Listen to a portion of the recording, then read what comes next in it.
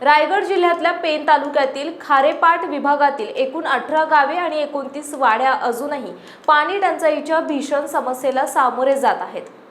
दुसरीकडे ग्रामपंचायत काळेश्री आणि आजूबाजूच्या अनेक गावांमध्ये सुरू असलेल्या जलजीवन मिशन योजनांचा देखील बोजवारा उडाल्याने या योजना देखील येथील गावकऱ्यांची तहान भागवण्यास अयशस्वी ठरल्यात।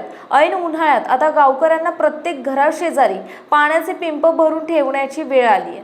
सद्यस्थितीत 5 दिवसांनी गावाला पाणी पुरवठा केला जातो, मात्र प्रत्यक्षात पाण्याची मोठी टंचाई असून भांडी घासण्यासाठी गावातील दूषित पाण्याचा वापर करण्याची वेळ आली।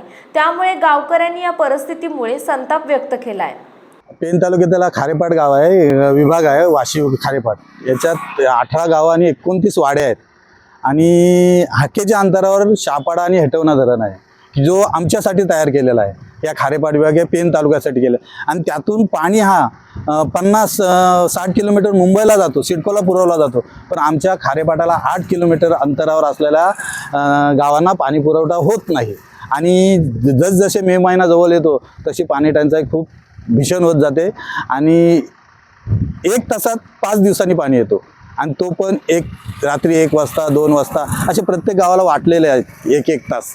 आणि त्याच्यात जर पाईपलाईन फुटली आणि फुटतेच, कारण ही 38 कोटीची निधी जी मंजूर होऊन जो पाईपलाईन आलेली आहे ती एवढी खराब आहे की प्रेशर दिल्याने की पाईपलाईन फुटते। त्यामुळे ज्या गावाला पाणी ज्या दिवशी जाणार होता आणि पाईपलाईन फुटली की त्या दिवसाला पाणी त्यांना मिळत नाही। अशा प्रकारे भीषण टंचाई झालेली आहे आणि अजूनपर्यंत कुठलाही लोकप्रतिनिधी किंवा शासनातर्फे की पाणी समस्या सोडू शकतो असं अजूनपर्यंत तरी झालेलं नाही।